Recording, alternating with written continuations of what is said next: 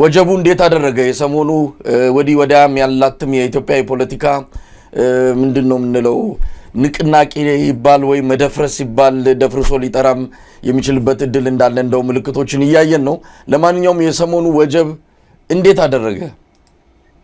እንግዲህ የነውጥ ውስጥ ያለ አገር በየቀኑ ሰበር ዜናዎች፣ አስደማሚ ዜናዎች አያጡትም እና የኢትዮጵያ ፖለቲካ ያው እየተናጠነ ያለው አገሪቷም በግጭትም በፖለቲካ ትኩሳት እየታመሰች ነው ያለችው። በየቦታው ግጭቶች አሉ። መንግስት ደግሞ መንግስት ለመምሰል የሚያደርገው መፍጨርጨር አለ በየአቅጣጫው። ስለዚህ በየቀኑ አስደማሚም አንዳንዴም አስደንጋጭ፣ አሳዛኝ፣ አሳፋሪም የሚያሸማቅቁም ክስተቶች በትሰማለህ እና ያው አለን እየተደመምን እያዘንን እየቆዘምን አለን። እንግዲህ ያሬድ እንግዲህ ከሰሞኑ ክስተቶች አንድ የአፋድ አመራር አባል ወደ ብልጽግና በማምራት የሰላም ስምምነት አደረገ የሚለው ዜና ነው። የብልጽግና ሚዲያዎች የክልሎች አልቀሩ፣ ኤፍኤም አልቀረም፣ የፕሪንት ሚዲያው በሙሉ የሽፋን ዜናቸው ግንባር ቀደም ዜናቸው አድርገውታል። ሰፊ ሽፋን ነው የሰጡት። እውነት ለመናገር በማስረሻ ሰጤ ብልጽግና የሚድን እስከሚመስል ድረስ ብልጽግና ከገባበት በሽታና አዙሪት ሲጠብቀው የነበረው ፍቱን መድኃኒት የማስረሻ መምጣት እስኪመስል ድረስ ነው ሰፊ ሽፋን የሰጡት። በዚህ ደረጃ መውደቃቸውን፣ በዚህ ደረጃ እየፈራረሱ መሆናቸውን ያልተረዳ ካለ ምናልባት ያልባነነም ካለ አሁን በሚገባ ይገለጽለታል። እውነትም ብልጽግና እየፈራረሰ ነው። አንድ ግለሰብን ይዘው እንዲህ አይነት ድምቀት ያለው ፕሮፓጋንዳ ላይ መጠመዱ፣ የዚህ ደግሞ ፕሮፓጋንዳ አጃቢ ሆነው የመጡት ኢጋድና የአፍሪካ ህብረት ደግሞ የበለጠ ነገሩን ሌላ መልክ እንዲይዝ አድርገውታልና አሁን እንደምንሰማው ከሆነ የአፍሪካ ህብረት በጉዳዩ ላይ አስቸኳይ ስብሰባ ሊያደርግ እንደሆነ ነው ያው ስራ አስፈጻሚ ኮሚቴ አባላቱ። ምክንያቱም የተደረገውን ነገር በተመለከተ የመጣባቸው ያለውን የህዝብ ቁጣ የሚቋቋሙት አልሆነም። በበርካታ ተቋማት በበርካታ አካላት ነው እንግዲህ ተቃውሞ እየቀረበባቸው የሚገኘው ከህዝቡ ባሻገር። እንዴት አየው ይሄን አጠቃላዩን ሂደት እንዴት ስትከታተለው ነበር ያሬድ? በወቅቱ አጠር ያለ ነገሩን የታዘብኩበትንም መንገድ ሼር አድርጌያለሁ በማህበራዊ ድረገጽ። ለኔ የሚታየኝ ነገር ይሄ የቅቡልነት ዲፊሲት ኪሳራ የገጠመው የአገዛዝ ስርዓት ብዙ ነገሮችን እየጣሰ በጣም መጥፎ ሲግናል፣ መጥፎ ምልክቶች እየሰጠ ነው። የሰላም ድርድር እንዲዋረድ፣ ለሰላም ድርድር የሚሰጡ ቦታዎች እንዲረክሱ፣ ሽምግልና የሚባለው ነገር ትርጉም እንዲያጣ፣ እውነተኛ ድርድሮች ትርጉም እንዲያጡ የሚያደርጉ ስራዎች ነው። አሁን ብቻ አይደለም፣ በተከታታይ ከዚህ በፊት ኦሮሚያ ክልል በጦርነት እየታመሰ የኦሮሚያ ክልል ታጣቂ ኃይሎች ጋር መስማማት፣ ታንዛኒያ ድረስ ሄደው መስማማት ያቃተው ያገዛዝ ስርዓት ከ6 ወር በፊት ከዛ ቡድን ተገንጥለው ወጥተው ካምፕ ውስጥ ቁጭ አድርጎ ሲቀልባቸው የነበሩ ሰዎችን አምጥቶ ልክ ሱፍ አልብሰው ከተማ እያዞሩና ትልቅ የሰላም ድርድር ተደርጓል። የኦሮሚያ ክልል ጉዳይ ግጭት አበቃለት፣ ነገሮች በቁጥጥራችን ውስጥ ናቸው የሚል አይነት በጣም የተሳሳተ መልእክት ለማህበረሰቡ ሰጥተዋል። በዛው ወቅት ግን ሰዎች ክልል ውስጥ ይገደሉ ነበር፣ ይታፈኑ ነበር፣ የመንግስት ባለስልጣናት ሳይቀር። እንግዲህ ኦሮሚያ ክልል ውስጥ ሰላም አስፍኛለሁ ተስማምቻለሁ ያለ መንግስት ነው። አሁን ባለፈው ሳምንት ይመስለኛል የክልል ውስጥ ከፍተኛ የህግ ባለሙያዎች፣ የአቃቢ ህግ ባለሙያዎች ሳይቀሩ ታፍነው የተገደለም ሰው አለ። ስለዚህ እንዲህ አይነት ሁልጊዜ የሆነ ገበናውን ወይ የሆነ ክፍተቱን ለመሸፈን ሲል ወይም አዲስ የሆነ ገጽታውን ለማሳመር ሲል የሚወስዳቸው እርምጃዎች በማህበረሰብ ውስጥ ትልቅ ቦታ ሊሰጣቸው የሚገቡ ቫልዩዎችን የዓለም አቀፍ ማህበረሰቡ ትልቅ ግምት ሊሰጣቸው የሚችሉ ነገሮችን የሚያጠፋ ነው። አሁን የሰላም ስምምነት ሲባል በቃ ቀልድ ሆኗል በብልጽግና ቤት ውስጥ። ብልጽግና ለአንድ ሰሞን ገጽታ ሽፋን ሲል እንዲህ አይነት ሪስክ ይወስዳል። ልክ ከሶማሌላንድ ጋር ተንደርድሮ ሄዶ ስምምነት ፈርም ያለው ብሎ አብይ ስምምነቱን በፈረመበት ትንሽ ደቂቃ ውስጥ በኢትዮጵያ ዜና እንኳን ደስ አላችሁ ተብሎ ፖስተር የሚገርም ፖስተሩ ስምምነቱ ከመፈረሙ በፊት የተዘጋጀ መሆኑ ምንም ጥርጥር የለውም። እኔም እዛው አዲስ አበባ ነበርኩ። የአብይ አህመድ የሆነ በቃ የባህር በር አስገኙልን የሚል ትልቅ ባነር ተሰርቶ ተለጥፎ ጭፈራ ነበር። ስለዚህ ይሄ የቅቡልነት ክራይሲስ የቅቡልነት ችግር ሲገጥምህ የምትሄድበት መንገድ ነው። አሁን ከፋኖም ኃይሎች ጋር አደረግን የሚባለው ስምምነት ቀድመው ራሳቸውም የመንግስት ሰዎች ሳይቀሩ አንድ የፋኖ ቁልፍን ሰው ማረክን እጅ ሰጠ የተለያዩ ዜናዎች ሲሰሩ ቆይተው ዋናው ድርጅት ቁጭ ብሎ ከአንድ ግለሰብ ጋር እንዲህ አይነት ስምምነት አደረግን ማለት አሁንም በሰላም ማላገጥ ነውና አብይ አህመድ ያገዛዝ ስርዓቱ ከዚህ በፊትም ደጋግመን እንዳልነው ግጭትን መሰረት ያደረገ ነው።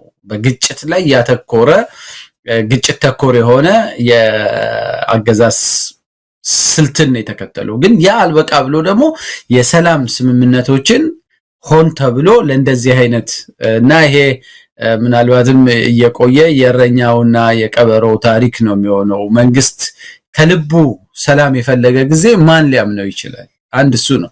ሁለተኛው የአፍሪካ ህብረትን ሰዎችም እኔ በጣም በድፍረት መናገር የምችለው እነዚህን ሰዎችም አሳስተዋቸዋል። የመንግስት ሰዎች ትክክለኛውን የፋኖን ሰዎች አግኝተናል።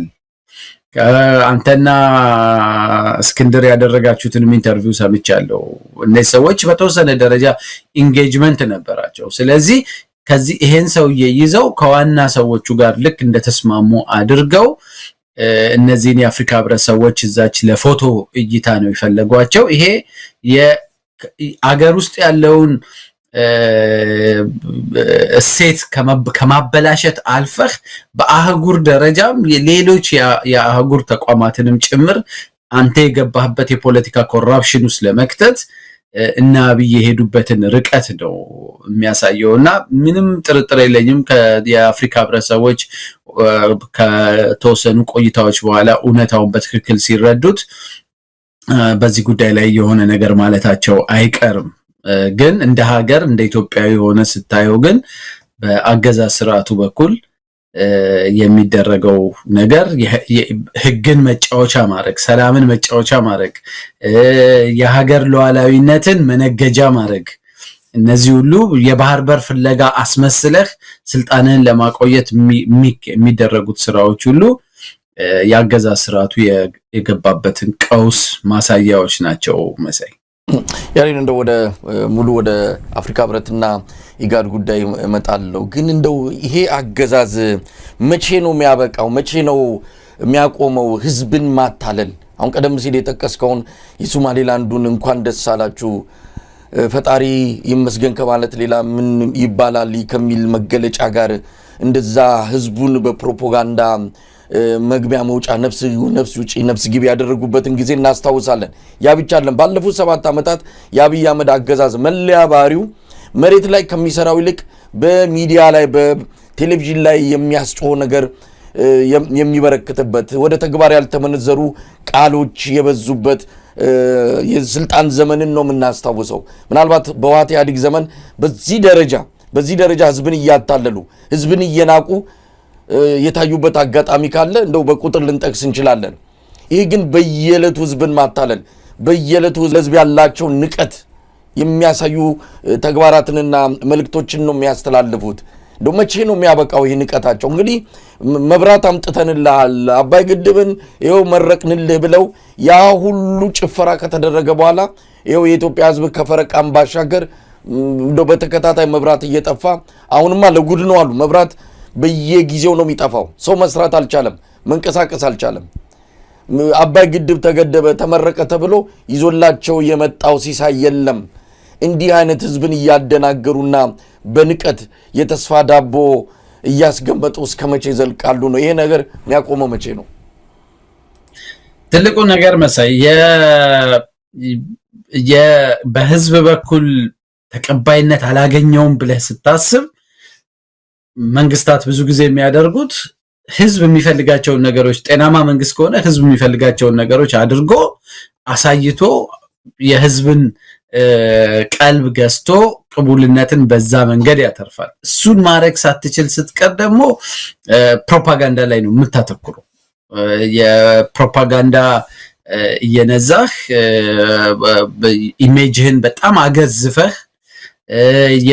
የውሸት ነገ አሁን አብዛኛዎቹ ንግግሮች የፖለቲካ ቀብድ የምትለው እንደዚህ ልናረግላችሁ ነው፣ ነዳጅ ልናወጣላችሁ ነው፣ እንደዚህ ልንሰራ ነው፣ እንደዚህ ልንሰራ ነው፣ እንደዚህ ልንሰራ ነው የሚሉት ንግግሮች ሁሉ ትንሽ ትሰራና አብዛኛው ንግግርህ ግን በቀብድ ነው ሰርቫይቭ ማድረግ የምትፈልገው። ነገ ይሄን እናረግላችኋለሁ፣ ስለዚህ ግዴላችሁም ከኔ ጋር ቆዩ ነው። እሱንም ማድረግ በዛም እንደዛም አድርገህ ፕሮሚስም ገብተህ የውሸት ፕሮሚስም ህዝቡን አሁንም አልተቀበለኝም ብለህ ስታስብ ግን ነጭ ውሸት ውስጥ ነው የምትገባው፣ ወደ ለየለት ቅጥፈት ውስጥ ነው የምትገባውና መቼ ይቆማል የምትለው አይ ቲንክ አንድ ሰው አንተን አንዴ ሁለቴ ሊያታልልህ ይችላል። ሁሌ የሚያታልልህ ከሆነ ግን አንተ ጋር ነው ችግር ያለው።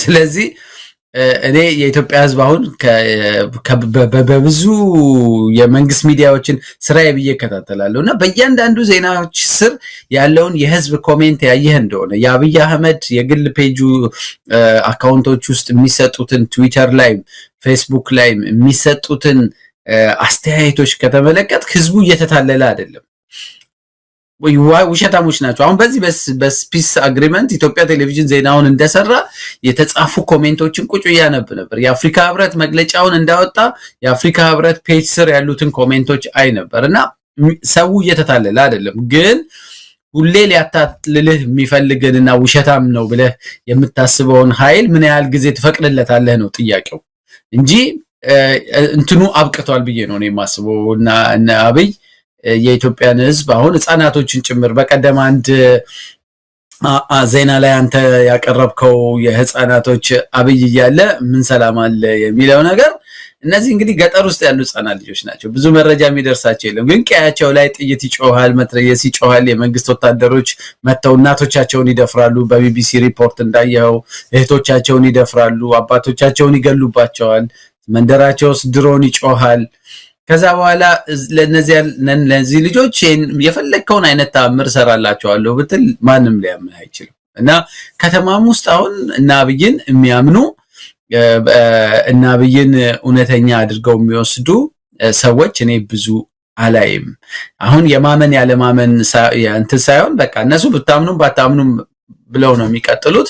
ህዝብ መቼ ያስቆማቸዋል የሚለው ጥያቄ ነው ለኔ ወሳኙ እንጂ በዚህ ሁኔታ አይቀጥሉም። እና ትልቁ ችግር ግን ምንድነው ከመጀመሪያውም አሁን ብቻ አይደለም መሳይ ላለፉት 7 ዓመታት አብይ አህመድ ከመጣበት ጊዜ ጀምሮ የገጽታ ትኩረቱና ምናልባትም ወደፊት ደግቀን ሲመጣ በደንብ ኦዲት ቢደረግ የብልጽግና ትልቁ በጀት ለገጽታ ግንባታ ያወጣቸው ኮስሞቲክ የሆኑ ጉዳዮች ላይ ኢቭን እኔ ይሄ እነዚህ የሎጅ የምናምን እሱ ለቱሪዝም ለምናምን ይላል። ሰላም በሌለበት ሀገር ቱሪስት ሊመጣ አይችልም።